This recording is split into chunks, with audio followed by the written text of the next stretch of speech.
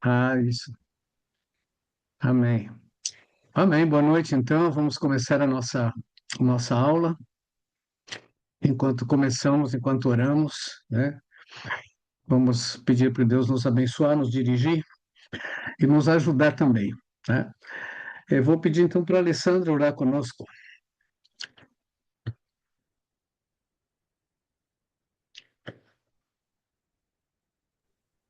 Alessandra, Amém. Amém. Meu Deus. Senhor Deus, pode querido orar. Pai, mais uma vez. Senhor Deus, querido Pai, mais uma vez estamos aqui reunidos para te louvar e te exaltar, ó Pai.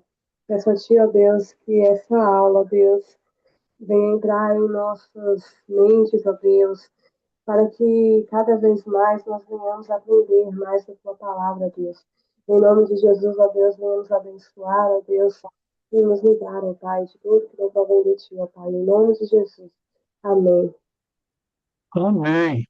Então, bem-vindos todos para a nossa aula, nossa quarta aula de evangelismo.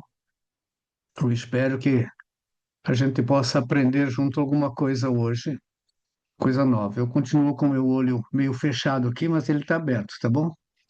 Eu tenho que fechar um pouquinho para poder enxergar as letras. E vocês podem me interromper a hora que acharem necessário, tá? Vocês participam um pouco falando. Deixa eu fazer uma lembrança aqui. Eu não tenho recebido de todos o, o relatório da aula. Então, eu quero só lembrar que quem não mandou, mande, porque eu vou basear a presença, eu não estou fazendo chamada, eu vou basear a presença pelos relatórios, tá? Então, depois, se não tendo relatório, eu não posso dar presença para vocês, tá? Também as Ei, atividades não pastor, são todos, tá? o senhor mandou uma outra atividade hoje à tarde, então são duas diferentes? Para essa que eu mandei hoje, essa já é para o dia 4, tá? Ah, tá. É uma recapitulação daquilo que nós estudamos até aqui. Então nós A temos minha duas recomendação é que pendentes, vocês né? procurem fazer logo, porque assim, quando vocês deixam para depois, isso pode haver um momento de acumulação de atividades e depois não consegue terminar. E assim, quando terminar a matéria, eu vou ter um tempo limite para entregar também os resultados para o seminário. Então, vocês também precisam estar bem atualizados para que a gente não tenha problema no final, tá bom? Essa atividade aqui são perguntas de conteúdo que a gente já deu e é mais também para fortalecer a nossa convicção. Essa atividade que vocês mandaram hoje, nem todos mandaram também, ela é bastante importante. Depois nós vamos falar um pouco sobre isso. Nós estivemos estudando na aula passada, começando a estudar sobre a mensagem do Evangelho, que quando a nossa matéria é teologia, né? Então nós temos que teologia do evangelismo. Então nós temos que ter alguns conceitos bem firmados, bem fortes, para que a gente possa realmente saber o que é que está fazendo. Então nós falamos que a mensagem do Evangelho ela tem quatro ingredientes que são fundamentais da gente saber o que é o conteúdo que nós temos que entregar para as pessoas na hora da evangelização. É, o primeiro passo a mensagem do Evangelho é uma mensagem sobre Deus, quem é Deus, né? O segundo passo agora aqui é a pregação do Evangelho é falar sobre o pecado. A Bíblia diz aí: arrependei-vos e convertei-vos para que sejam cancelados os vossos pecados, né? Então, nós vimos que a primeira coisa a fazer na evangelização é dar às pessoas o conhecimento de Deus. Nota assim que hoje nós temos um grande problema que, se vocês fizerem uma pesquisa, vocês podem ir para a rua e perguntar para as pessoas, até para título de experiência, só informalmente, sai na rua, encontra uma pessoa e diz assim: quem é Deus para você? Ou quem é Jesus? Faz essa perguntinha só para vocês ouvirem um pouco das respostas, para saberem o que é que as pessoas estão pensando acerca de Deus. Isso vai também alimentar vocês, porque isso é um conteúdo que as pessoas precisam saber quem é Deus, né? O salmista diz assim: Cantai ao Senhor todas as terras, proclamai a sua salvação dia após dia, né? Anunciai entre as nações a sua glória, entre todos os povos as suas maravilhas. Então, essa é a nossa mensagem. Nossa mensagem principal é anunciar o Senhor, é cantar ao Senhor, anunciar às nações a glória de Deus, né? E anunciar as suas maravilhas. Então, é, a primeira coisa, a primeira preocupação nossa é saber o que é que as pessoas pensam a respeito de Deus. E daí você precisa também ter uma resposta. Quem é Deus para você, né? Saber explicar isso é uma coisa fundamental em todo o trabalho evangelístico. É que o evangelismo moderno, é, nem tão moderno mais, né? Mas o evangelismo moderno ele está muito na hora de tentar resolver problemas. Nós fazemos de tudo para resolver os problemas das pessoas, para ajudar as pessoas a enfrentar a tristeza, enfrentar a angústia e essas coisas assim. E acabamos nessa tarefa não dando para as pessoas um conhecimento de Deus. E elas ficam mais sabendo coisa de igreja do que sabendo coisa de Deus. Então, dar um conhecimento de Deus é muito importante. O segundo passo, então, o Evangelho é uma mensagem acerca do pecado e das consequências do pecado, tá? O homem está condenado à morte, né, por causa do pecado. Tá? Então, a nossa missão é revelar isso, deixar o homem, ensinar o homem a como lidar com essa coisa, qual é o problema que ele está enfrentando, né? E ele está condenado à morte. Todo homem está condenado à morte por causa do pecado no Éden, né? Então, são duas esferas do pecado que devem ser abordadas. Tem uma questão do pecado, realmente, que a pessoa comete, e também a questão da pecaminosidade, né? Nós vamos já ver o que é isso, tá? São duas coisas interessantes. O homem tem uma natureza pecaminosa, tá? É, em Romanos diz lá, por um homem entrou o pecado no mundo e com ele a morte, né? O, o Davi, eu acho que esse versículo aí diz assim, que eu nasci em iniquidade e em pecado me concebeu minha mãe. Quer dizer, a natureza pecaminosa, né? A descendência adâmica, né? Então isso na Igreja Católica chamava de o pecado original, né? Então estamos separados de Deus por causa da nossa natureza pecaminosa. Nós nascemos de uma origem pecaminosa. Então, é por isso que nós estamos separados de Deus. Quando Deus disse lá para o Adão, desta árvore não comereis, no dia que dela comeres, certamente morrereis. Então, o que aconteceu foi que o homem está morto, né? Espiritualmente morto, separado de Deus. Então, houve uma opção do homem naquele momento para ouvir uma outra voz que não era a voz de Deus. Mas não é só por isso. Assim, alguém pode chegar e argumentar: eu não tenho culpa de ter nascido, né?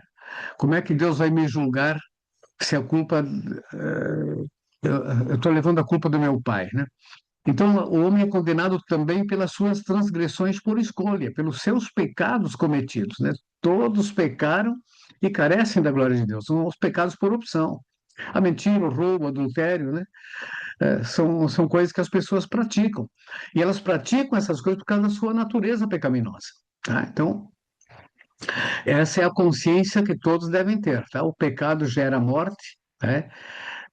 Porque está separado de Deus, é a chamada morte eterna. A morte física, ela entrou no mundo também, não existia morte física quando Deus criou o homem, e entrou a morte física no mundo, e a morte espiritual, então, precisa de uma restauração, que só Jesus Cristo pode fazer. Tá? Por isso foi que Jesus disse, é, por isso Jesus disse que para ser curado, quer dizer, ser salvo, para herdar a vida eterna, é preciso tanto o novo nascimento como o arrependimento e o reconhecimento de seus pecados. Tá? É, lá vocês viram o Nicodemos, que era um homem super religioso, né, que ele veio, Jesus falou para ele, é necessário nascer de novo. Por que é necessário nascer de novo? Porque o homem está morto. Tá? Ele morreu, ele precisa nascer, ter um novo nascimento, esse nascimento é em Cristo, para que ele receba a vida eterna, tá? E isso começa com o arrependimento e o reconhecimento de pecados. Vamos ler aí, abra uma Bíblia e leiam para mim, que eu não consigo assim lembrar de cor todos os versículos, alguns eu sei, mas vamos ler juntos aqui para a gente ir fortalecendo, porque não é simples fato de eu estar dizendo palavras aqui, precisa ter essa confirmação bíblica. É uma coisa que precisamos também aprender a usar a palavra de Deus para que as nossas ideias não sejam as nossas ideias, mas sejam as ideias bíblicas, as ideias que a palavra de Deus tem para nós. Vamos ler lá primeiro Isaías 31:6. Alguém leia Tiago 4:9. Aqui outro pode ler Mateus 3:2, né? Atos 3:19. Podemos ler esses textos aí. Vão abrindo e vão lendo direto.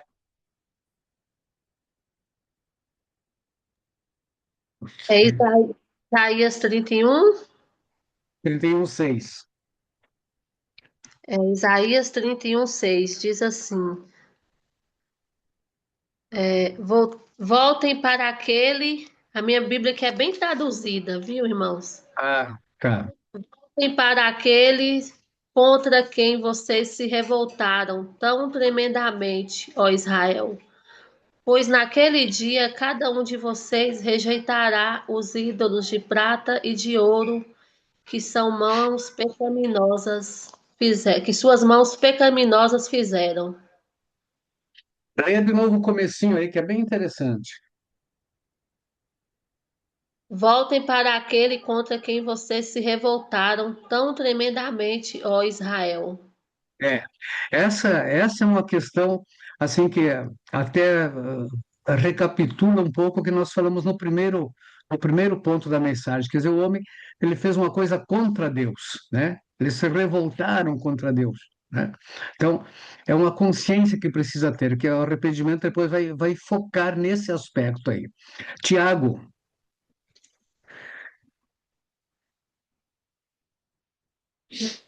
alguém leia Tiago 4 aí.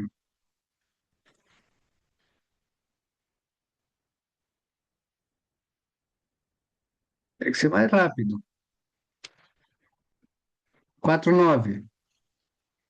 Entristeçam-se, entristeçam-se, lamentem-se e chorem. Troquem o riso por lamento e a alegria por tristeza. Lamentem e chorem, né? Lamentem e chorem. Mateus 3:2. E dizendo: Arrependei-vos, porque é chegado o reino dos céus. Atos 3:19. Arrependei-vos, pois, e convertei-vos, para que vossos pecados sejam apagados. Isso. Lucas 5:32.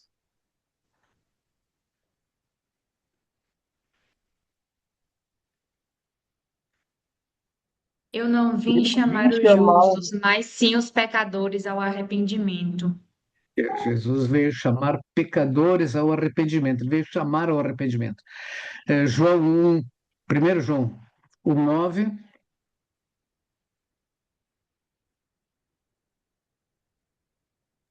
E confessarmos os nossos pecados, Ele é fiel e justo para perdoar os nossos pecados e nos purificar de toda injustiça. Ok. Então, vem umas declarações da nossa necessidade e também aqui já uma declaração bíblica sobre o perdão para quem reconhece os seus pecados, tá? Então, o ponto básico é sempre com Romanos 3:23, né? O salário do pecado é a morte, né? Isso, esse é o ponto básico. Análise aqui. Então, considerando que o homem está condenado por sua natureza pecaminosa, quer dizer, está separado de Deus desde o Éden, considerando que todos pecaram, quer dizer, pecados conscientes, né? Ou por decisão ou indução, né? Conscientes que são feitos por decisão ou por indução, e que por isso carecem da glória de Deus. Considerando que o salário do pecado é a morte, Por causa disso, o objetivo do Evangelho é dar ao homem plena convicção de pecados e oferecer-lhe o plano redentor de Cristo, tá? Então, a segunda coisa que nós vamos nos preocupar é tentar mostrar ao homem que ele é pecador, né? Não é acusá-lo, é revelar a ele o que foi que aconteceu, né? Revelar a ele qual é a sua situação diante de Deus. Primeiro revelamos a ele a santidade de Deus, a autoridade de Deus sobre a criação, o poder de Deus, a vontade de Deus, que Deus criou o homem para estar sempre junto com ele, tá? Mas o homem se rebelou, então agora nós vamos mostrar para ele que essa rebelião que faz essa separação, que Deus não está sendo injusto, porque o homem escolheu ficar contra Deus, né? Então isso há um castigo, né? Há um castigo. Então, o homem pode ser salvo desse castigo, mas ele precisa de algumas atitudes, né? Então, nós vamos oferecer para ele, né, o plano redentor de Cristo, tá? Mas antes ele precisa ter plena convicção de que ele é um pecador, que às vezes as pessoas não admitem que, que são pecadores, né? Tanto é que Jesus lá, no versículo que vocês leram aí, não vim chamar justos, eu vim chamar os pecadores ao arrependimento. Quer dizer, a ênfase na preocupação de Jesus é que o homem reconheça, tá? Que ele é um pecador. Mas geralmente o homem não reconhece que é um pecador, ele acha que ele é justo, que Deus que é ruim, né? Então nós vamos mostrar a pecaminosidade, né? Aqui eu escrevia plena convicção de pecados ou autêntica convicção de pecados. O que que é uma autêntica ou a plena convicção de pecados, tá? Então, precisamos aprender a discernir duas coisas aqui que são importantes, tá? Como discernir entre a má consciência do homem natural e a verdadeira convicção de pecados. Como discernir entre remorso e arrependimento, tá? Que são duas coisas bem diferentes. Às vezes uma pessoa pensa o seguinte: por que que eu fui fazer isso, né? Eu me arrependo, né? Quer dizer, eu não devia ter feito isso. Isso não é convicção de pecados, isso é apenas uma má consciência de uma atitude que ele está julgando que ele fez errado, né, perante si mesmo, não está com a convicção de que ele pecou contra Deus. Ele está apenas arrependido de ter feito uma coisa errada. Tá? Então, a primeira coisa, primeiramente, nós vamos descrever aqui para vocês o que não é convicção de pecados. Tá? Não é convicção de pecados sentir remorso, como Judas sentiu, né? Ou como Aitófilo, né? O Judas, ele sentiu remorso de ter traído Jesus. Aí ele, em lugar dele se arrepender, ele foi lá e jogou as moedas lá no templo. Tá? Ficou arrependido, mas não foi arrependimento completo como nós queremos que seja, tá? Não é simplesmente ficar deprimido por suas fraquezas ou erros que praticou, né? Não, nós devemos cuidar para não apresentarmos Cristo como aquele que nos salva dos nossos problemas, mas sim levantar a questão das relações das pessoas com Deus, tá? Então, Cristo não é apenas o solucionador, não é apenas aquele que tira a tristeza de quem está triste, que cura aquele que está doente, né? Ele é aquele. Nós precisamos levantar essa questão. A relação do homem com Deus está errada.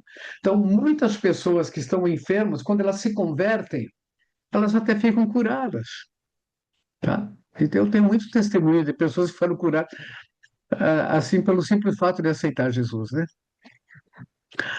Também não é sentir-se miserável sobre si mesmo, sobre seus fracassos, né? E incapacidade de enfrentar as exigências da vida. Como eu não presto, nada funciona comigo, sou um errado mesmo, estou pagando pelos meus erros. Então, isso não é arrependimento, não é consciência de pecado.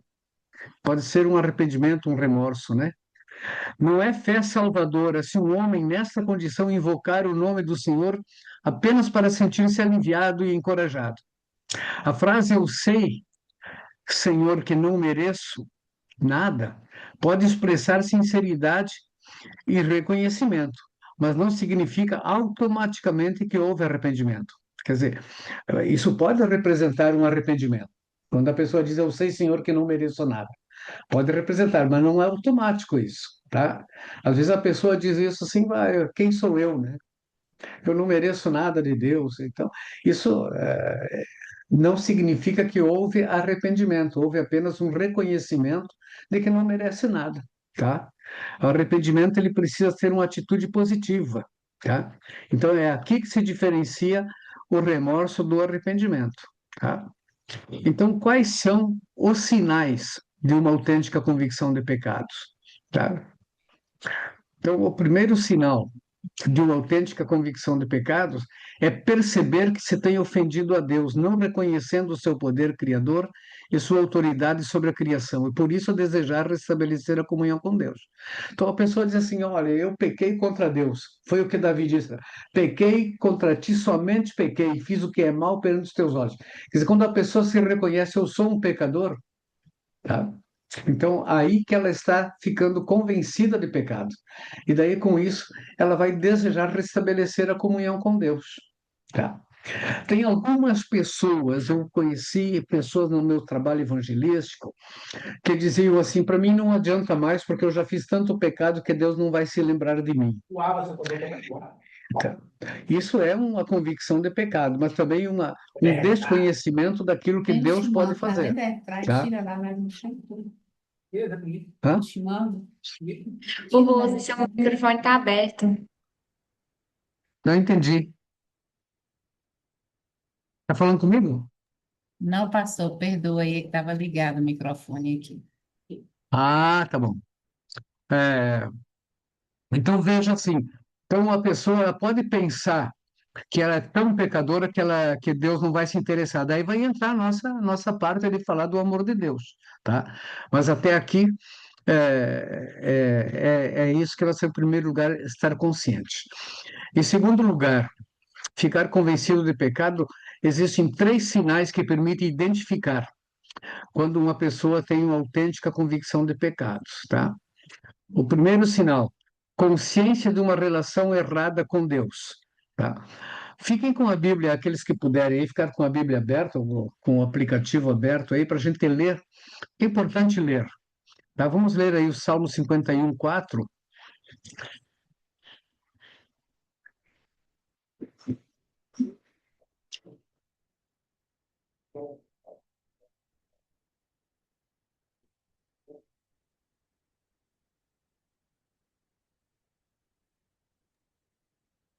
Contra ti somente pequei, e fiz o que a teus olhos parece mal, para que sejas justificado quando falares, e puro quando julgares.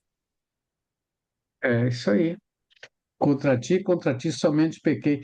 Eu anotei um versículo aqui, o 41. O que diz aí no 41, 4? Deve ser. Deixa eu abrir aqui.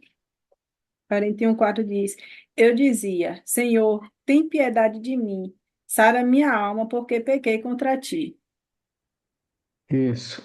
Então, essa é uma convicção de pecado. Sara, minha alma, tem piedade de mim, Senhor, tem misericórdia, tem compadeça de mim, porque eu pequei contra ti. Tá? Lucas 15, 18. Eu me porei a caminho e voltarei para meu pai, e lhe direi: Pai, pequei contra o céu e contra ti. Ah, sim, o filho pródigo, né? É. A decisão dele, quer dizer, ele reconheceu, né? Ele reconheceu a sua situação. Então, uma consciência, uma convicção, uma autêntica convicção de pecados, ela envolve isso, uma consciência de uma relação errada para com Deus. Em segundo lugar, uma convicção de sua pecaminosidade. Quem estava no Salmo 51 lá, agora o versículo 5.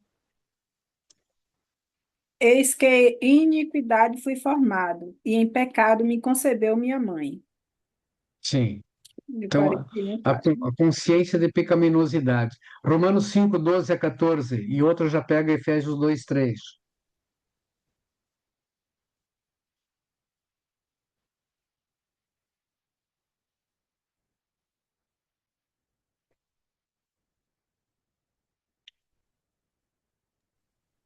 5:12. Portanto, da mesma forma como o pecado entrou no mundo por um homem, e pelo pecado a morte, assim também a morte veio a todos os homens, porque todos pecaram. Pois antes de ser dada a lei, o pecado já estava no mundo, mas o pecado não é levado em conta quando não existe lei. Todavia, a morte reinou desde o tempo de Adão até o de Moisés, mesmo sobre aqueles que não cometeram pecado, semelhante à transgressão de Adão, o qual era um tipo daquele que haveria de vir. Ok. Viu? Então, aqui está explicando que Adão é um tipo de Cristo, né? O Cristo veio sem pecado, que vai estar escrito mais tarde. Então, vocês notam, mesmo que não pecaram a semelhança de Adão, nós somos descendência de Adão. Então, herdamos a vida, a natureza nossa, natureza pecaminosa, tá? Efésios 2:3. Entre os quais todos nós também antes andávamos no desejo da nossa carne, fazendo a vontade da carne e dos pensamentos, e éramos por natureza filhos da ira, como os outros também. Isso, nós éramos, isso é a nossa, por causa da nossa natureza, éramos filhos da ira, como os outros também. Em terceiro lugar, a consciência de pecados particulares, pessoais. 1 João 1:10. E alguém pega Lucas 23:4. Não, 23:41.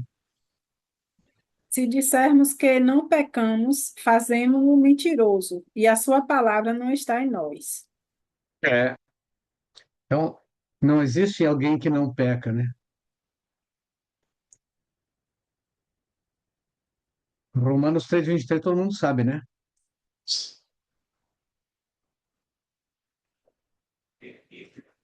Vamos dizer junto aí, todos os homens pecaram e carecem da Destituídos glória de Deus, estão da né? Estão glória da de glória Deus. de Deus. Isso.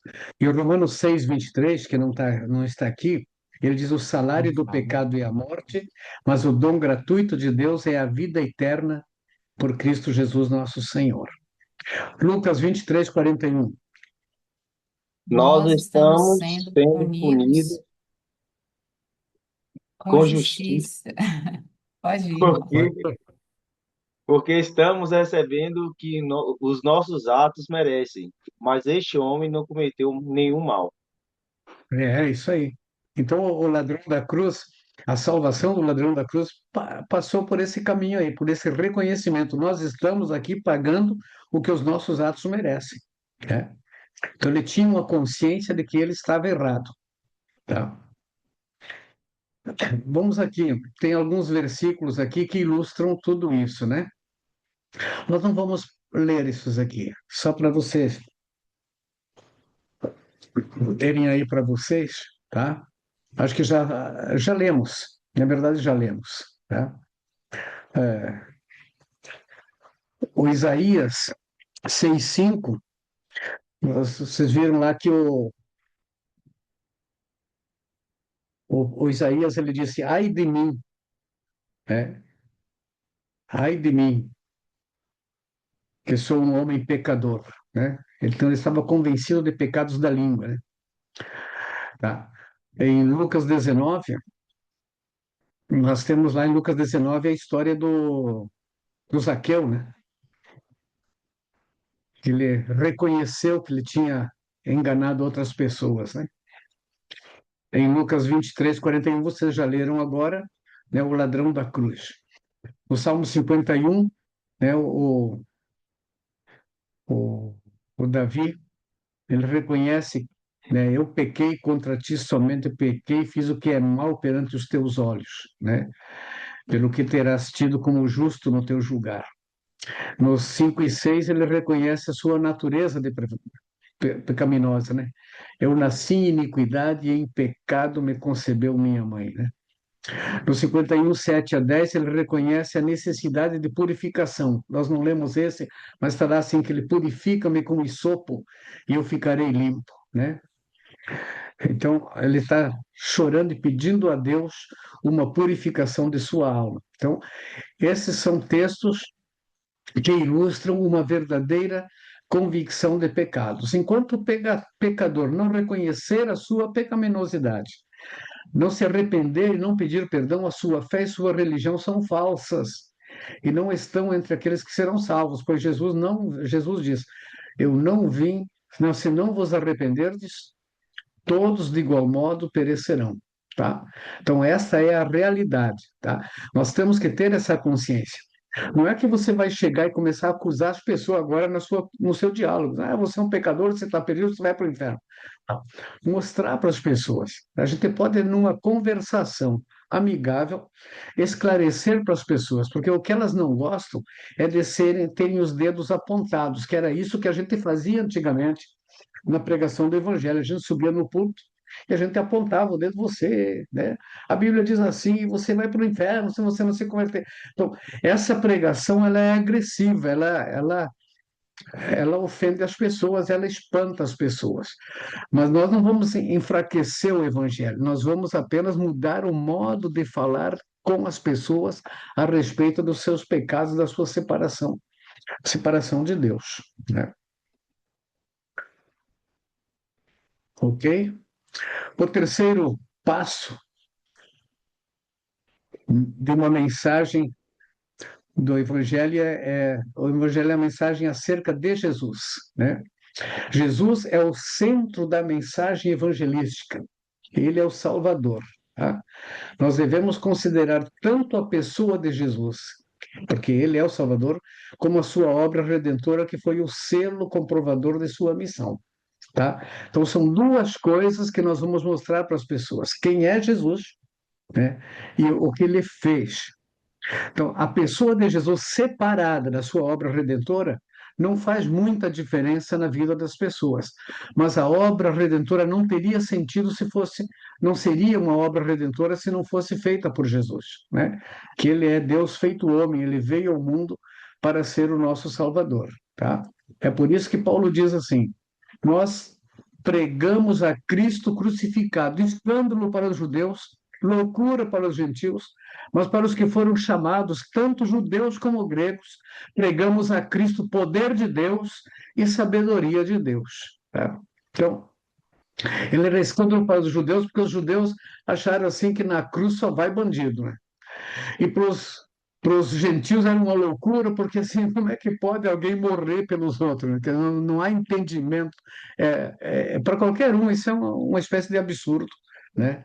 Aquilo que Jesus fez, né? Mas é essa a nossa pregação e essa é a nossa salvação, o cumprimento da palavra de Deus a favor do homem pecador, tá? Embora não se possa entender a importância da figura histórica de Jesus separada da sua obra redentora, não podemos ignorar o fato de que ele é Deus, Deus que se fez homem, né? E ele veio ao mundo para salvar os pecadores, tá? Então, é isso que está escrito lá em Lucas, capítulo 2, versículo 1, né? Ele salvará o seu povo dos pecados deles, tá? Ele é o nosso, seu nome será chamado Jesus, porque ele salvará. Ele veio então para ser o Salvador.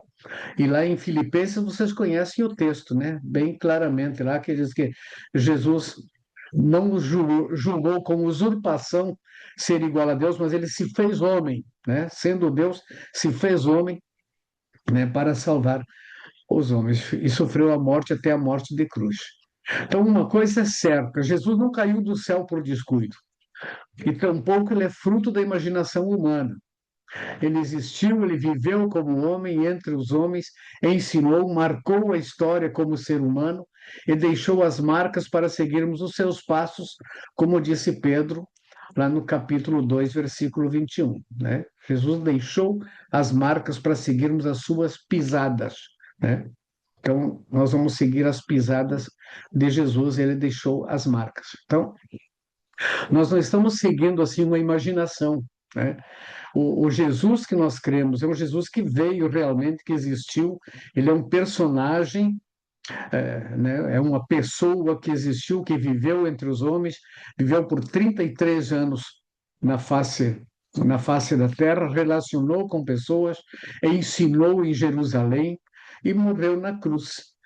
Morreu e ressuscitou, né? Não apenas morreu, pelos homens, mas ele ressuscitou, ele venceu a morte, e na verdade é a ressurreição que nos garante a nossa salvação. Tá? A salvação só ocorreu após ele morrer a favor dos homens. Sua morte foi a sua obra salvadora. Se ele não tivesse ido até o fim e realizado a obra expiatória, quer dizer, morrer em nosso lugar, ele apenas seria nosso herói. Seria apenas um modelo a ser seguido. Mas como ele morreu, ele deu a sua vida, né, por nós, e isso foi completado pela sua ressurreição. Na sua encarnação, ele tornou-se nosso amigo. Na sua morte e ressurreição, ele tornou-se o salvador de todo aquele que crê. Tá? Então, essa é a nossa mensagem. Tá? Temos que ter essa plena convicção sobre isso. Nós não podemos isolar a cruz e os seus benefícios do Cristo a quem a cruz pertencia. Jesus e sua obra salvadora são inseparáveis. Jesus é o Salvador. A morte na cruz e posteriormente sua ressurreição constituem a sua obra salvadora. Isso foi o meio de salvação que é oferecido a nós. Então, o objeto da fé salvadora não é a expiação, mas é o Senhor Jesus Cristo que realizou a expiação, tá? Então, essa relação nós precisamos fazer, tá? E o fato de que ele ressuscitou é que é o complemento dessa sua obra.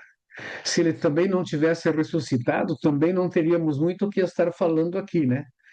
Se Jesus não tivesse ressuscitado, hoje a gente estaria dizendo, houve um homem, né, que veio, que se sacrificou pela humanidade, papapá, né?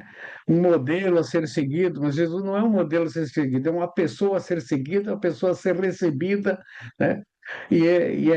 Aquilo que ele fez é que garante a salvação do homem. É por isso que nós dizemos que Jesus é nosso único e suficiente Salvador. Isso vai estar lá em Hebreus, que agora que não precisa mais nenhum sacrifício, ele foi o sacrifício oferecido por todos lá na cruz, né? No lugar do Cordeiro foi Jesus, que foi oferecido no altar da cruz, né? Então, a partir daí não houve mais necessidade de sacrifício nenhum. Todos aqueles sacrifícios que o povo de Israel vinha fazendo desde que saiu do Egito, agora com a morte e a ressurreição de Jesus, ele se tornou desnecessário, porque Jesus fez o único sacrifício, único e eterno sacrifício a favor da salvação do homem. Dá para compreender isso ou querem comentar alguma coisa? Fazer alguma pergunta a mais?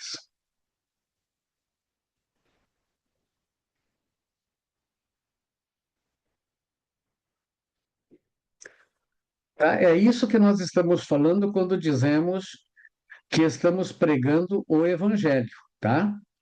Então, pregar o Evangelho significa pregar sobre Deus, sobre quem é Deus, sobre a santidade de Deus, a soberania de Deus, a onipotência de Deus, tá? A onipresença de Deus. Pregar o Evangelho é anunciar ao homem que todos pecaram e carecem da glória de Deus. Pregar o Evangelho é dizer que nós podemos ser salvos mediante o sacrifício de Jesus Cristo na cruz.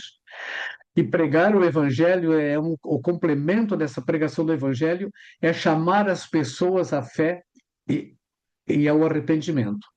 Nós vamos pregar, nós vamos anunciar que as pessoas precisam crer que Jesus Cristo é o Salvador, né? E chamar essas pessoas, dizer para as pessoas, se vocês se arrependerem de seus pecados, ele é fiel e justo para perdoar os pecados e nos purificar de toda injustiça, porque lá na cruz ele ministrou o perdão. Quando ele disse, Pai, perdoa-lhes porque eles não sabem o que fazem, Jesus estava ministrando o perdão.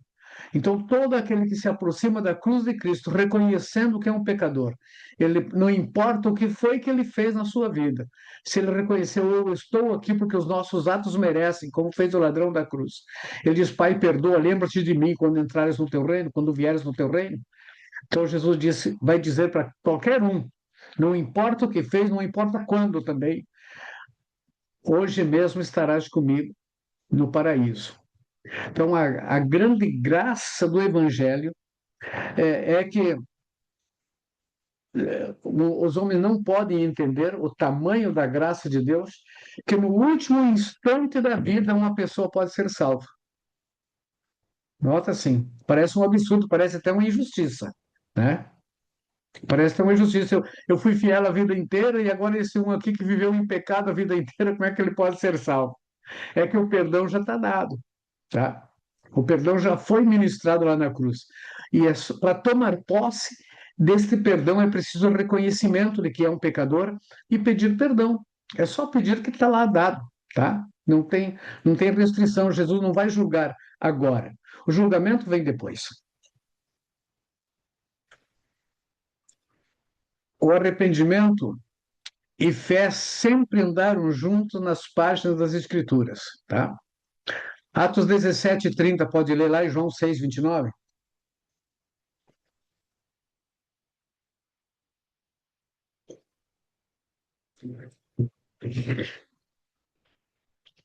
Eu vou pedir, enquanto vocês acham, eu pedi uma pausa, que eu tenho que botar remédio no meu olho, tá? Fico procurando aí.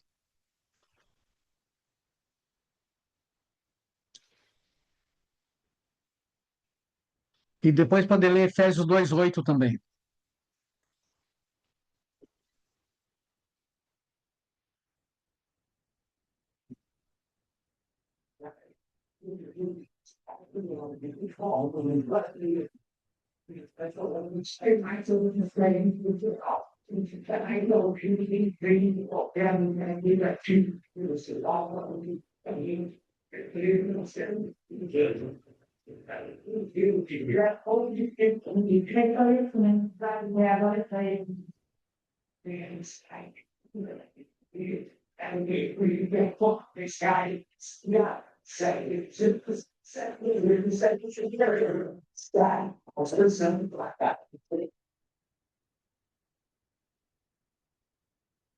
Eu tinha esquecido, já voltei. Ficou turvo meu olho. Pode ler Atos 17:30 aí? Vou ler, pastor. No passado, Deus não levou em conta essa ignorância, mas agora ordena que todos, em todo lugar, se arrependam. É isso aí. Os pecados do passado, Deus não levou em conta isso.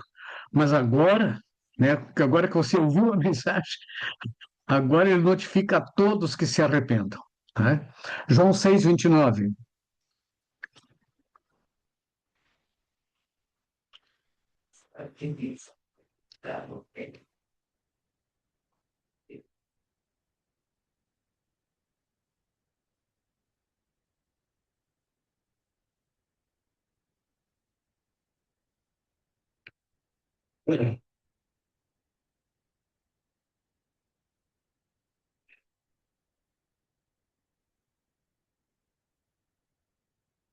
O que diz lá? Jesus respondeu e disse-lhes: A obra de Deus é esta, que creiais naquele que ele enviou. É sobre a fé, né? O Atos é sobre arrependimento e aqui é sobre fé, né? Então são as duas mensagens que, se vocês lerem o livro de Atos, vocês vão ver que a pregação tanto de Paulo como de Pedro, elas se centralizavam em essas duas expressões e uma terceira expressão que era a ressurreição de Jesus. São os temas mais falados em Atos dos Apóstolos. A ressurreição de Jesus, uma chamada ao arrependimento, uma chamada à fé. Então, estas são condições básicas para a pessoa ser salva, tá? A fé não é otimismo, tá? Não é simples crença religiosa. Arrependimento não é simplesmente remorso pelos erros cometidos, é reconhecimento de que pecou contra Deus, né? Então, muitas pessoas confundem a fé com otimismo. Eu tenho muita fé, né? Mas a fé é uma certeza, não é um otimismo, tá? A fé é mais do que simples esperança de um dia acontecer alguma coisa, né? A fé, ela tem um objeto claro. A fé salvadora é fé na obra, na pessoa e na obra de Jesus. Ela envolve o conhecimento de Cristo. envolve o conhecimento da cruz de Cristo, envolve o conhecimento das promessas de Cristo, né? Então, por isso que Paulo diz lá, pela graça sois salvos mediante a fé. E isso não vem de vós, é dom, é dom de Deus, tá? Então, às vezes eu prego sobre isso, eu repito essa frase várias vezes. Tem muitas pessoas que têm fé na fé, tá? Não é qualquer fé que salva, tá? A fé que salva é a fé na pessoa e na obra de Jesus. Essa é a fé salvadora. Nós temos que fazer distinção entre a pessoa crer em alguma coisa ou crer que Jesus Cristo é o nosso único e suficiente Salvador, porque ele veio para salvar e porque ele realizou a obra salvadora, tá? Então é dessa fé que nós falamos, tá? É dessa fé que Paulo estava falando. Quando ele diz pela graça sois salvos, também outra coisa bem clara que devemos ter em mente é que a fé não é de graça, tá? É pela graça. Eu lembro que logo nos princípios da minha fé, eu ia na igreja e tinha uma placa lá que dizia entra que é de graça, né? E a pregação muitas vezes era essa: a salvação é de graça, você não precisa pagar nada. Realmente você não precisa pagar nada, mas não é que ela é de graça, tá? A salvação é pela graça. Quando diz lá em Isaías, já o Isaías, que é um profeta evangelístico, né? No capítulo 55, ele diz: vinde todos vós, vinde comprai e comei, né? Vinde a mim todos vós que estáis. Como é que é? Vinde a mim todos vós. Como é que diz lá agora? Agora às vezes me escapa. Às vezes me escapa os versículos da mente aqui. Isaías 55.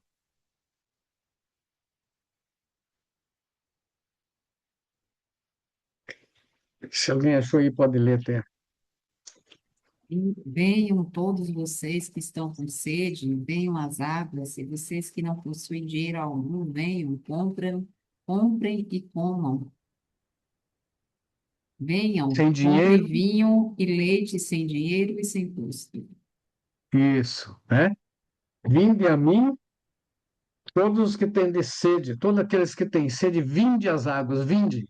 Na minha tradução diz: vinde, comprai e comei sem dinheiro e sem preço, tá? Vinho e leite, mas ele diz: vinde e comprai e comer, se alimenta disso. Quer dizer, a salvação, ela não é de graça, ela é pela graça. Ela custou um preço muito caro, na verdade, tá? Então, é essa salvação é isso que o Paulo está dizendo aqui, né?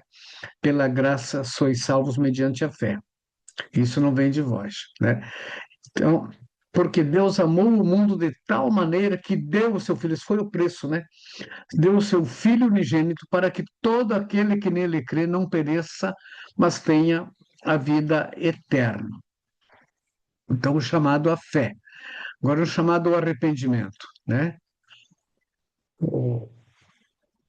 O arrependimento não é simplesmente remorso pelos erros cometidos, já falamos isso, né? É, é o reconhecimento de que ofendeu a Deus e que está resolvido a tomar um novo rumo na vida, tá? Romanos 5, 1 a 6. Romanos 5, 1 a 6.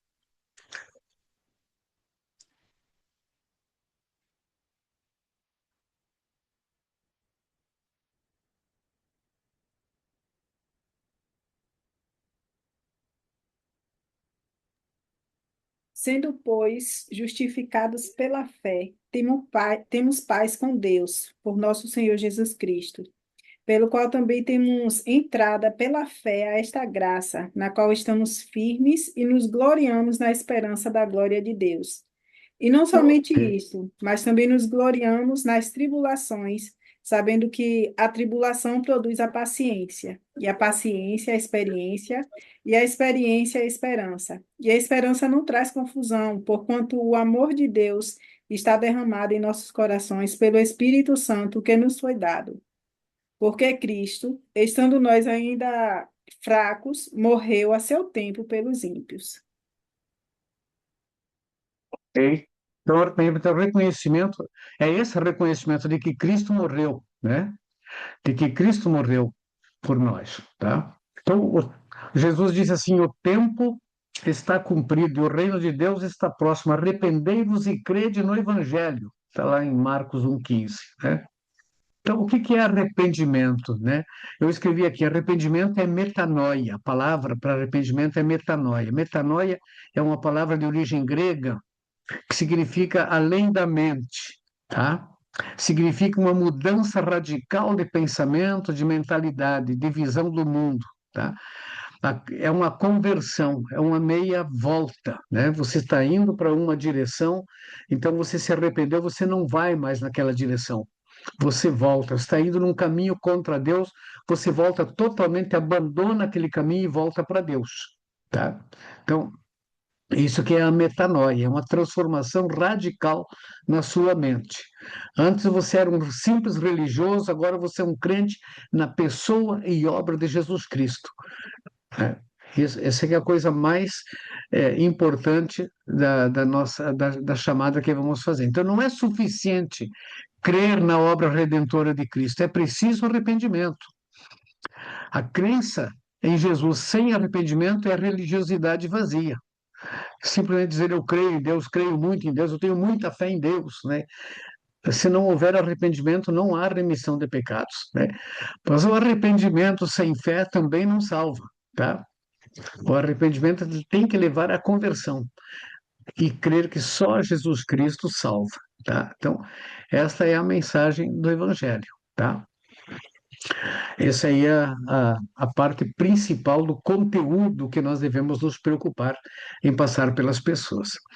Aqui, a tarefa que vocês fizeram, ela é bastante importante, porque vai depender de nós sabermos tudo isso aí para a gente dar testemunho pessoal para as pessoas, que o evangelismo ele começa com o nosso testemunho pessoal, a nossa crença, o que é que nós sabemos a respeito de Deus, o que é que nós sabemos a respeito de pecado, quais foram as mudanças que ocorreram em nossa vida.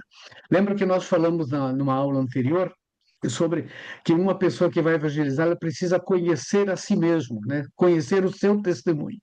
Então, quando eu dei essa tarefa para vocês, é para vocês escreverem o seu testemunho, justamente é muito importante, né? Porque isso baliza a segurança pessoal e cria uma estrutura mental importante para a gente testemunhar para as outras pessoas, tá?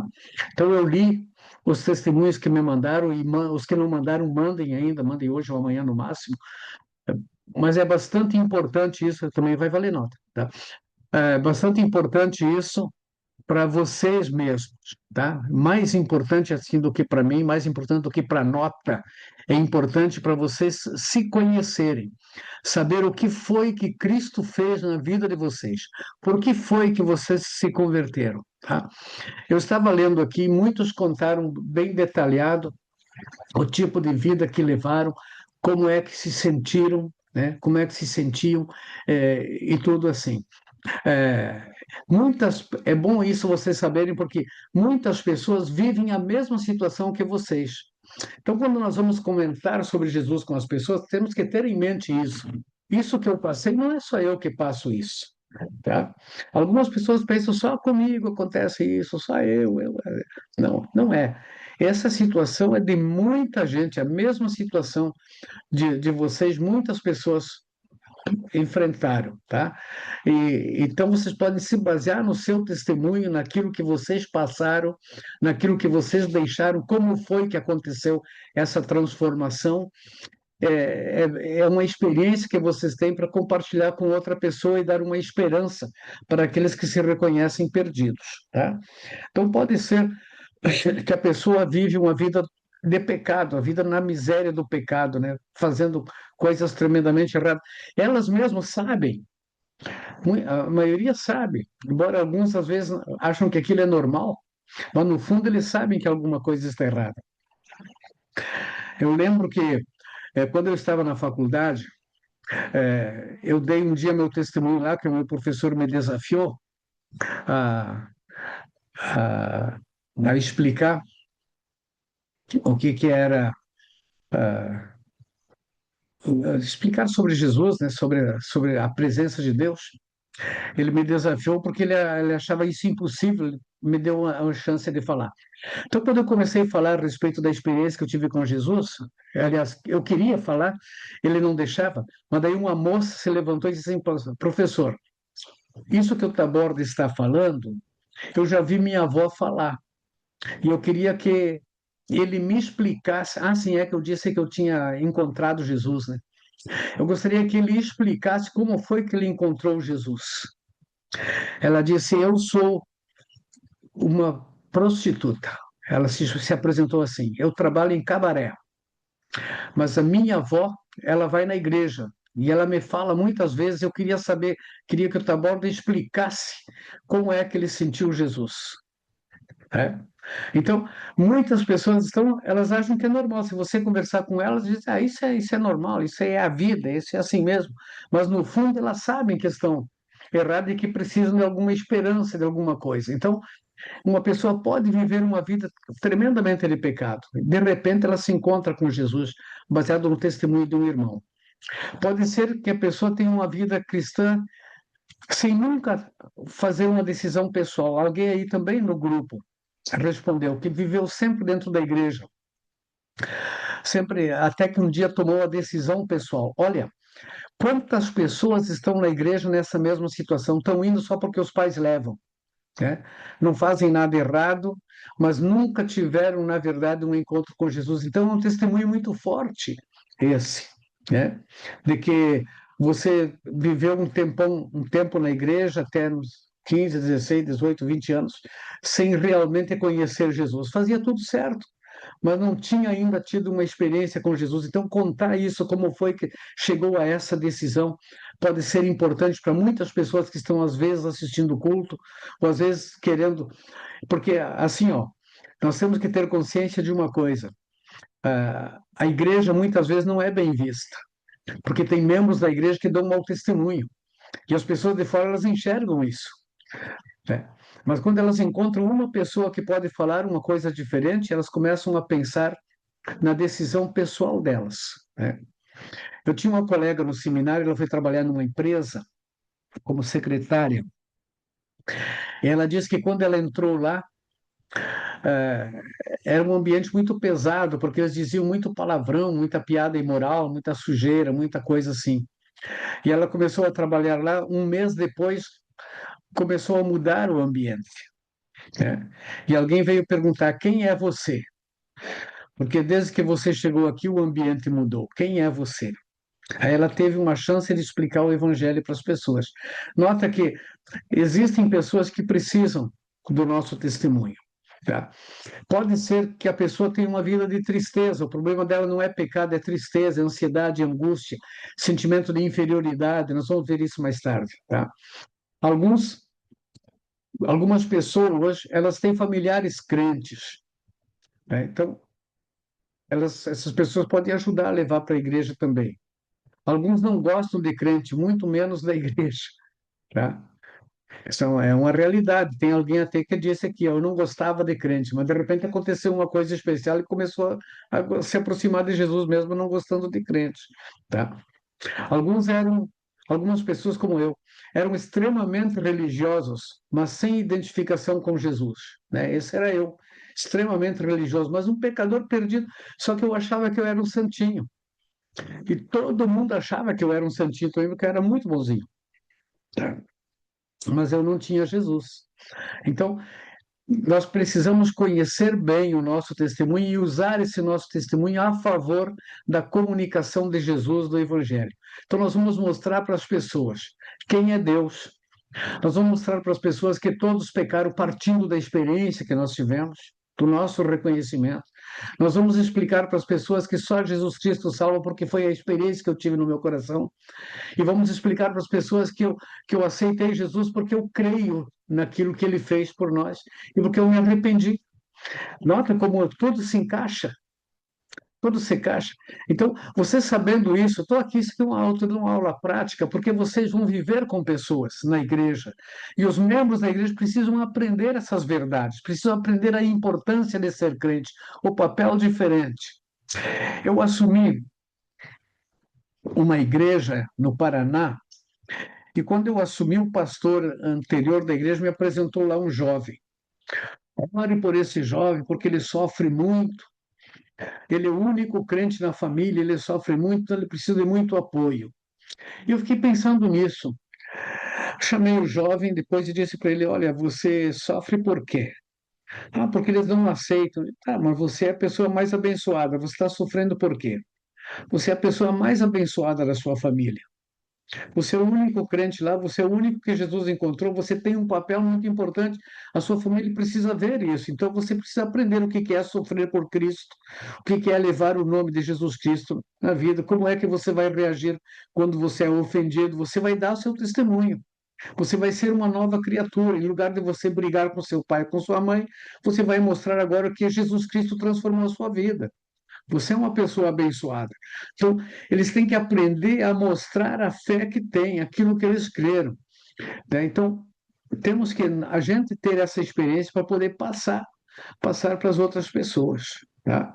São coisas bastante importantes na nossa vida cristã, na nossa teologia da evangelização. Tá? Nós estamos dando teologia da evangelização. É ensino, pois na prática da evangelização é outra história. É como vocês vão relacionar com as pessoas, que nós vamos ver algumas coisas daqui a pouco também sobre isso, tá? Então, primeiro, nós conhecemos o nosso testemunho, conhecemos o mundo que nós estamos, conhecemos a realidade do mundo que nós estamos. Agora, aqui nós vamos conhecer as pessoas, tá? Importante é conhecer os principais problemas das pessoas e suas necessidades. Se a gente quer poder comunicar o Evangelho, dar o testemunho do Evangelho, nós precisamos conhecer quais são os principais problemas que as pessoas têm, para a gente tratar das suas necessidades, porque o Evangelho parte por esse lado aí, tá? Alguém tem alguma coisa a perguntar antes da gente começar?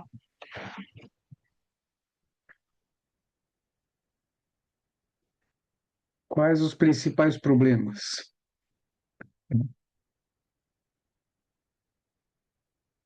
Baseado no testemunho de vocês já sabem que existem alguns problemas que eram os problemas de vocês, que são também os problemas das pessoas, né?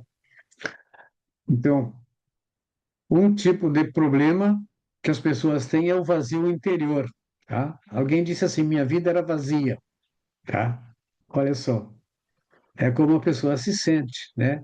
Esse vazio, esse vazio interior que muitas pessoas têm. Você vai conversar com uma pessoa, é importante conhecer a pessoa. Como é que você vai se aproximar desta pessoa, né? Você precisa saber como é que ela se sente frente à realidade da vida, tá? Em João, no capítulo 6, 36, aliás, 35, Jesus está se apresentando ali como sendo o pão da vida, né? É isso, né? Eu sou o pão da vida, né? Quem comer de mim jamais terá fome, né? Foi isso que Jesus disse, pelo que eu me lembro do versículo, tá? Eu sou o pão da vida, quem vem a mim jamais terá fome, e quem crê em mim jamais terá sede. Alguém disse que o homem tem um grande vazio no seu interior.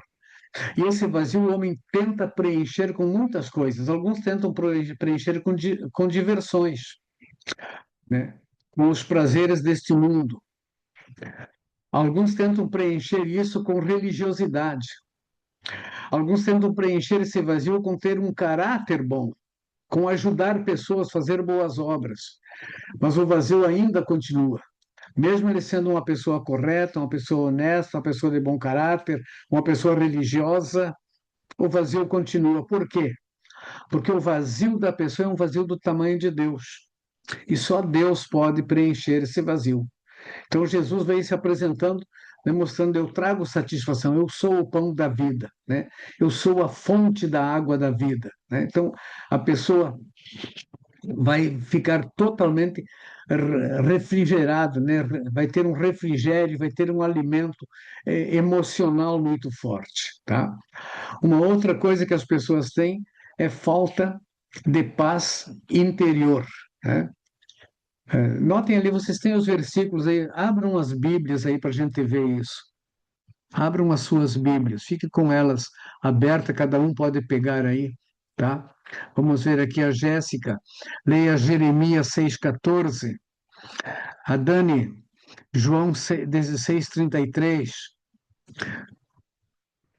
leia aí, o Alex, leia Gênesis 16:8. Quem mais que está aí? A Rose. João 10:11. Vamos lendo esses versículos aí.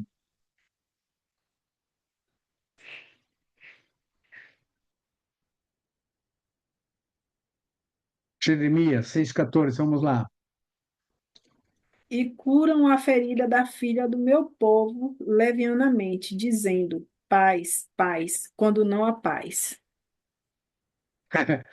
Eles curam a ferida, né, que é levianamente, né? Falam de paz, paz, paz, quando não há paz, né? Não há paz. Eles estão falando, tem alguns que estão falando. Então nós temos que falar daquele que dá a paz. João 16:33. Por causa dos bombardeios e do João quanto? desligamento da 3, população, mas 16:33.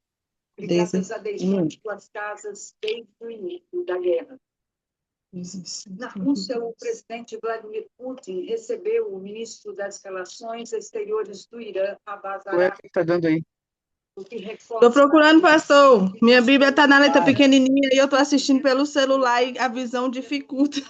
João, fale por gentileza. 16:33. 6:33. Tenho-vos dito isso, para que em mim tenhais paz. No mundo tereis aflições, mas tende bom ânimo. Eu venci o mundo. Ok. Temos dito isso para que em mim tenhais paz, né? No mundo tem aflição, né? No outro lugar, Jesus disse: deixo-vos a paz, a minha paz vos dou. Não vou lá dou como o mundo a dá. Não se turbe o vosso coração e nem se atemorize, né? Então, as pessoas têm falta de paz e às vezes eles confundem a paz com tranquilidade, tá? A paz que Jesus veio dar é a paz nos momentos de intranquilidade. A paz que você pode sentir no coração no meio da guerra. Eu vivi no tempo da guerra, então eu posso saber o que que é isso na prática, tá? Então, é essa paz que Jesus veio trazer para as pessoas. João 10:11. Quem que pegou aí? Eu, pastor. Eu sou o bom pastor. O bom pastor dá a sua vida pelas ovelhas.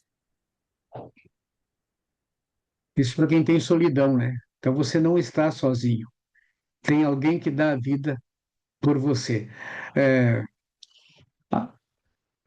o Isaías 49, não sei, eu não falei esse versículo, mas ele é bem interessante também.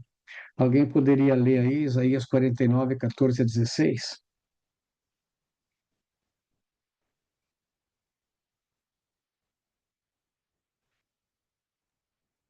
Mas Sião diz: já me desamparou o Senhor, e o Senhor se esqueceu de mim. Pode uma mulher esquecer-se tanto de seu filho que cria, que se não compadeça dele, do filho do seu ventre? Mas ainda que esta se esquecesse, eu, todavia, me não esquecerei de ti. Eis Ok. que nas palmas. 16? Até 16. Pronto. Eis que nas palmas das minhas mãos te tenho gravado. Os teus muros estão continuamente perante mim. Ok. Veja então, né? Ninguém está totalmente sozinho, porque Deus está do lado. Ainda que se sinta abandonado, se você está falando com uma pessoa e ela está tremendamente frustrada, sozinho, meu pai me abandonou, a gente encontra muita gente assim, né? E alguns não querem se arrepender. A gente pode também tratar dessas pessoas que não querem perdoar seus pais, né? Veja, a solidão às vezes é uma solidão provocada. A pessoa às vezes não respeita os pais, sai de casa, abandona ou coisa e tal. Depois ele diz assim: meu pai me abandonou, né?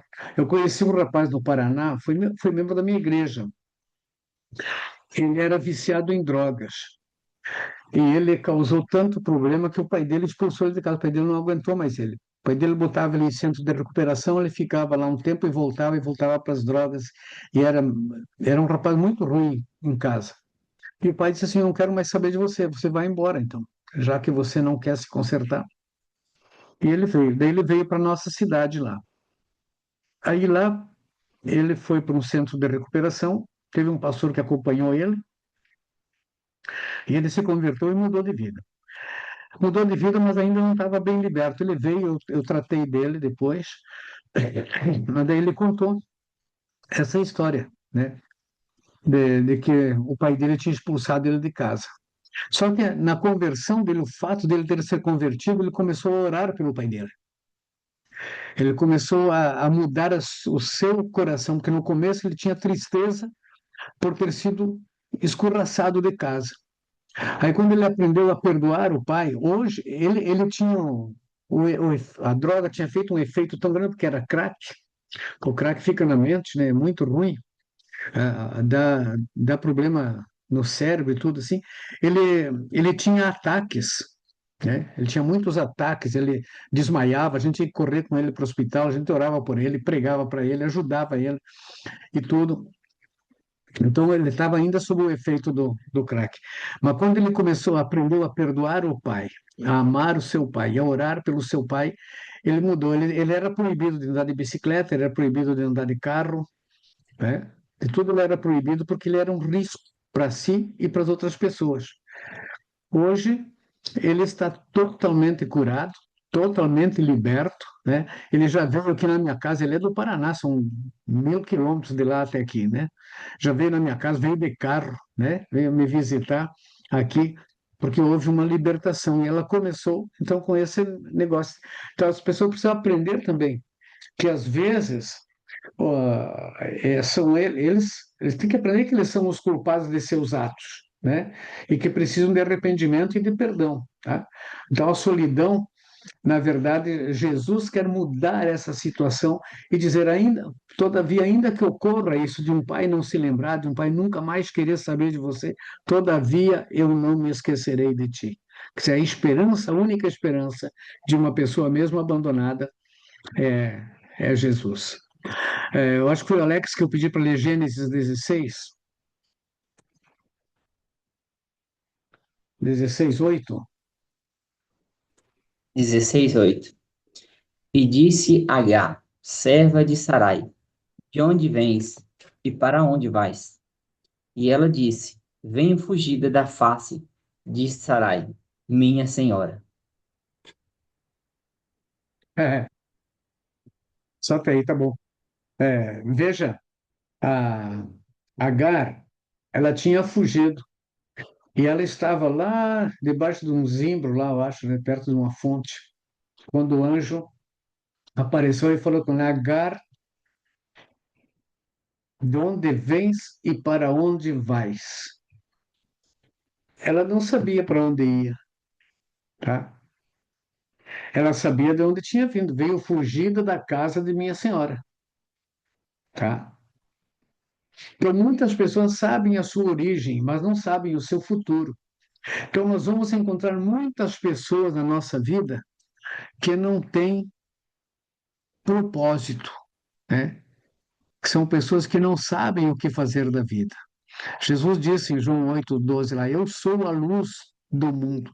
Quem me segue não andará em trevas. Então, apresentar Jesus para uma pessoa que tem esse problema de falta de autodeterminação, nós apresentarmos Jesus para ela, Jesus é a luz. Quem segue Jesus, ele vai ter um destino, ele vai saber para onde vai, né? Acho que já contei para vocês do menino da nossa igreja lá, que a gente pregavam para ele e não aceitava Jesus, né? Não aceitava porque ele não entendia Jesus. Aí, de repente, ele entendeu quem era Deus, quem era Jesus e por que ele devia seguir Jesus, então ele se converteu. Ele disse assim: hoje eu posso andar de cabeça erguida, né? Quer dizer, a vida dele mudou. Quando ele diz eu posso andar de cabeça erguida, quer dizer, eu sei para onde vai, para onde eu vou. Eu sei o que que eu quero da vida. Eu sei determinar os meus passos. Eu não sou mais guiado pelas pessoas. Não são mais meus amigos que determinam para onde que eu devo ir. Não é a opinião das pessoas que me move, é a certeza de que eu tenho Jesus no coração. Então, nota assim, o nosso papel evangelístico ele é muito importante porque ele transforma a vida das pessoas em vários aspectos. Mas sempre nós estamos falando que Jesus é o Salvador, quer dizer, nós precisamos de salvação. É o salvo que termina com o vazio. É o salvo que tem paz interior. É o salvo que não tem medo da solidão. É o salvo que sabe para onde vai. Veja, então nós vamos trabalhar para que eles sejam salvos. Tá? É isso que Deus quer que a gente faça. Essa é a nossa missão, essa é a nossa missão do mundo. Tá? Apocalipse 1, 17 e 18. Quem lê aí?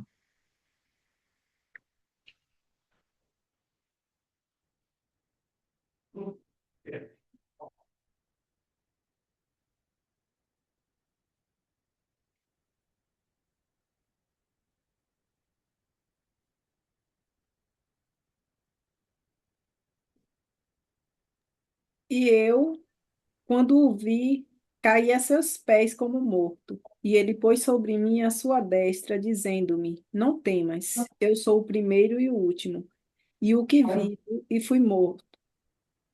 Mas eis aqui, estou vivo para todo sempre. Amém. E tenho as chaves da morte e do inferno. Sim. Eu conheço, eu conheço uma pessoa, é um adolescente, na verdade, só que ele está muito longe de mim e ele não conversa. Eu tentei já conversar com ele, não consigo. Mas eu conheço ele e ele tem medo da morte. É muito medo da morte. Então ele não gosta de viajar, tem medo que vai morrer. E o engraçado é que ele diz: eu vou morrer, eu não sou batizado, mas ele não se converte, tá? Então, às vezes a pessoa tem consciência disso, tem medo da morte. Então, Jesus, o João aqui, quando ele viu isso, quando ele se assustou com a visão que ele teve, ele caiu como morto, né? Entendeu? O anjo tocou nele e disse: não temos, né? Jesus tocou nele. Então, ele veio para tirar o medo da morte. Nós não temos, quem tem Jesus não teme mais a morte, tá? Não teme mais a morte. A morte, o amor lança fora o medo, né? Nem medo da morte, nem medo da vida. Por último aqui, esses dois versículos bem conhecidos, né? Pessoas que têm falta de autodomínio. O que que Paulo diz lá em Filipenses? Tudo aquilo que é bom, tudo aquilo que é puro, tudo aquilo que é honesto, tudo aquilo que é de boa fama. Se alguma virtude há e se algum louvor existe, seja isto que ocupe o vosso pensamento. Então, se nós encontramos uma pessoa que tem falta de autodomínio, podemos ensinar a pessoa a mudar a sua forma de pensar, analisar a vida de uma forma diferente, alimentar os seus pensamentos com outras coisas, a colocar. E isso, às vezes, é uma tarefa demorada, tá? A pessoa está acostumada a se vitimar, está acostumada a ter medo, está acostumada a fazer coisa errada. Ela acha que é normal fazer coisa errada, então a gente vai semear na mente, na vida dessa pessoa, uma palavra de esperança e ajudar ela a mudar seus costumes. Eu, assim como alguém que escreveu aí, eu também era um jovem que eu dizia muito palavrão, né? Gostava muito de piada imoral, né? Então, como é que isso saiu da minha vida? Quando eu comecei a colocar, alimentar a minha mente com as coisas de Deus, né? Com as coisas boas, com as coisas positivas, né? A boca fala daquilo que está cheio o coração, né? Então, aquilo que entra não é o que contamina o homem, o que contamina o homem é aquilo que sai. Então, você tem que alimentar, só que aquilo que sai é aquilo que você bota para dentro, né? Aquilo que você bota para dentro. Então, não é você ouvir palavrão que vai te contaminar, é você falar o palavrão que ouviu. Agora, você só vai falar aquilo que você encheu o coração. Agora, se o seu coração está cheio de coisa boa, é isso que você vai dizer, como disse o Davi, né? meu coração está cheio de coisas boas, né? Minha alma é como uma poesia, tem uma poesia dentro de mim, né? Tá? E o Salmo 37 diz assim, entrega o teu caminho ao Senhor, confia nele, o mais ele fará. Então, esse autodomínio, né? O 37,4, alguém sabe o que diz lá no 37,4? Eu não anotei ali, mas o 37,4 diz uma coisa bem interessante lá. Salmo 37,4. Ele diz: Deleita-te também no Senhor, e ele te concederá o que deseja o teu coração. 37,4, né? Eu falei esse? Foi 37,4. Isso. Mas o que eu estava pensando, na verdade, era no 3. É, Mas também, esse aí também vale. Vamos pensar, é. vamos ler o 3 e o 4, então.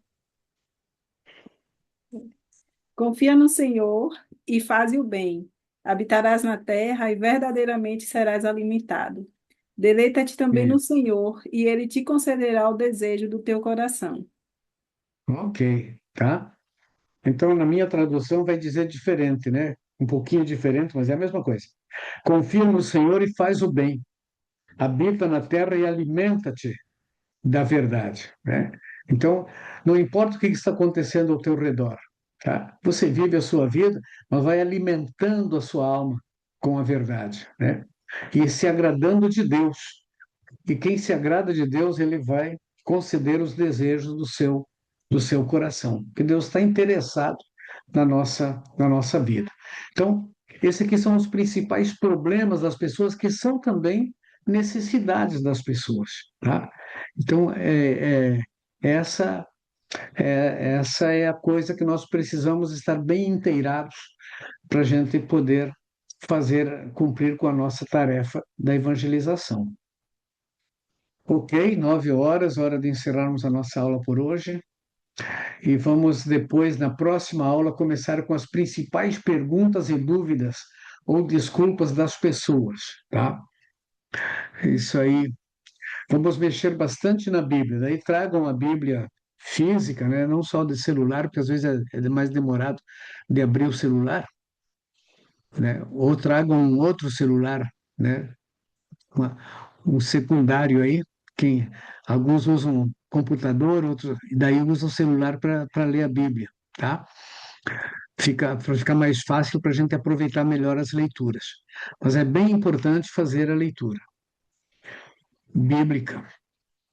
E quando a gente está evangelizando, cada vez que você vai falar uma coisa, é bom abrir a Bíblia para a pessoa, não apenas dizer, está escrito na Bíblia, né? É mostrar, olha o que está escrito aqui, ajuda a pessoa, faz a pessoa ler junto. Olha o que está escrito aqui, né? Você duvida disso? Olha o que está escrito aqui nesse livro. Aí a gente precisa ter um conhecimento da palavra de Deus, né? Você não pode fazer um bom serviço evangelístico se você conhece mal a Bíblia, tá? Então tem que ter um plano de leitura da Bíblia para você saber. Mas se vocês pegarem esses versículos que eu estou dando na minha matéria aqui para vocês, e vocês começarem a ler esses versículos e saber esses versículos, pelo menos, de cor, de memória, isso será muito útil em qualquer atividade que vocês vão realizar. Ok? Para aí, deixa eu fechar isso aqui. Ok por hoje?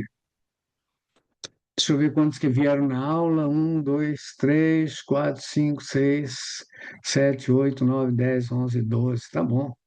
Hoje acho que vieram todos. Amém? Então, lembrem de fazer o relatório, façam já, cheguem em casa rapidinho, né? Rapidinho, façam já e me mandem o relatório. E depois façam aquela tarefa para o dia 4. São algumas perguntinhas ali, faz uma cada dia, dá bem certinho para vocês responderem, tá? Para me mandarem aqui. Aquela vale nota, é como uma prova, tá? Só que é uma prova com consulta, é a maior barbada que tem, tá? Para vocês fazerem.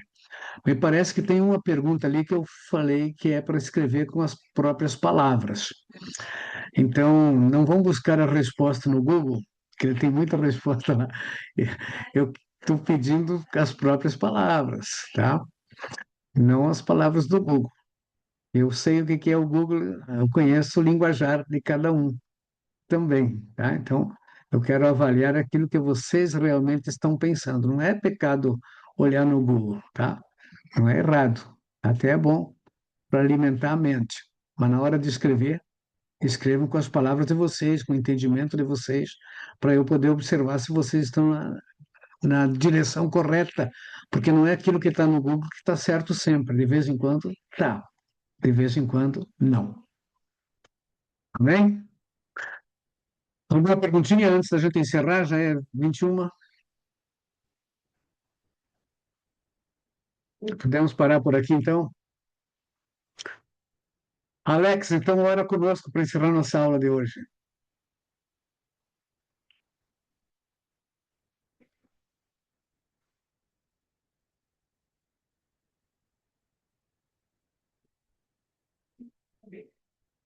Fechei a porta, tá um barulhinho. Pai, nós queremos te agradecer por este momento, por esta noite, no qual nos reunimos, Senhor, para aprender mais de ti. Nós te pedimos, Senhor, que o Senhor abençoe a cada um aqui, Pai. Que as tuas bênçãos possam derramar sem medida sobre cada vida, Pai. Que nós possamos crescer na graça, no conhecimento, e que tudo seja para a honra, para a glória do teu nome, Pai. Te pedimos também que o Senhor nos conceda um sono reparador, que o Senhor abençoe a vida do pastor Taborno. Continue, Senhor, com tua mão estendida sobre ele, que ele continue nesse processo de recuperação das suas vistas, que tudo aconteça perfeitamente, Senhor, dentro da tua vontade, e que tudo seja para a glória do teu nome. Assim nós oramos nessa noite, grato a ti, por tudo que foi falado, por tudo que foi ouvido, por tudo que o Senhor aqui falou conosco nessa noite. Que tudo isso venha cair nessa terra do nosso coração, em um solo fértil, e frutificar frutos que glorifiquem o teu nome. Assim nós oramos e te agradecemos, em nome de Jesus. Amém. Amém. Amém. Deus abençoe cada um. Amém. Recapitulando, não deixe de mandar o relatório, porque ele vale presença. Vocês podem ser reprovados por falta de presença, tá? Então, isso aí não tem perdão. Deus abençoe cada um. Boa semana, boa aula amanhã, depois. A paz a todos. Amém. Bem, Paz boa do Senhor. noite. Deus Deus abençoe. Pai, Senhor, Deus abençoe. Professor Taborda, Paz, irmão, a paz, pastor. Ótima É, semana. mano. Amanhã,